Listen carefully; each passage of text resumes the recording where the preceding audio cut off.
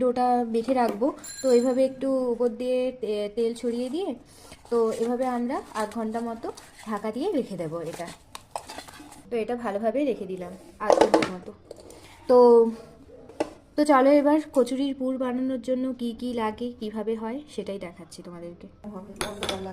তো গ্যাস জ্বালানোর পরে আমরা কড়াই বসিয়ে নিলাম, এর মধ্যে দিয়ে দেবো একটু সাদা তেল। তো আমরা প্রথমে তেলের মধ্যে হিং একটুখানি দিয়ে দিলাম, যেটা এটা হিঙের কচুরি তাই জন্য এটা হিংই হবে, তো হিং দিয়েই তৈরি হবে। তো তারপরে একটু কাঁচা লঙ্কা দিয়ে দিলাম কুচিয়ে, কাঁচা লঙ্কা কুচিয়ে দিলাম, তারপরে একটু আদা কুচি দিলাম, দিয়ে এটা ভালোভাবে নেড়ে নেবো একটু। হিঙের কচুরির জন্য একটু সামান্য নুন দিলাম, স্বাদ অনুসারে তোমরা দিও, অল্প চিনি দিয়ে দিলাম। সবগুলো ভালোভাবে একটু মিশিয়ে নেব একসঙ্গে। তো এরপরে আমরা দিয়ে দেবো 1 কাপ ছাতু। এটা ভালোভাবে কিছুক্ষণ মিশিয়ে নেব একসঙ্গে, মশলা আর ছাতুটা। অল্প নেড়ে নেওয়ার পরে আমরা একটু জল দিয়ে নেব এর মধ্যে,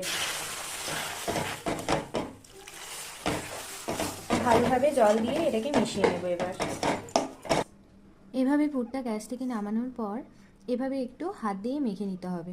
তো পুরটা আমরা এইভাবে ভালোভাবে ডোর মতো করে নেব, হিঙের কচুরির জন্য এভাবেই ডোটা তৈরি করে নেব আমরা। তো এভাবেই ডোটা তৈরি করে নেব। তো চলো এরপর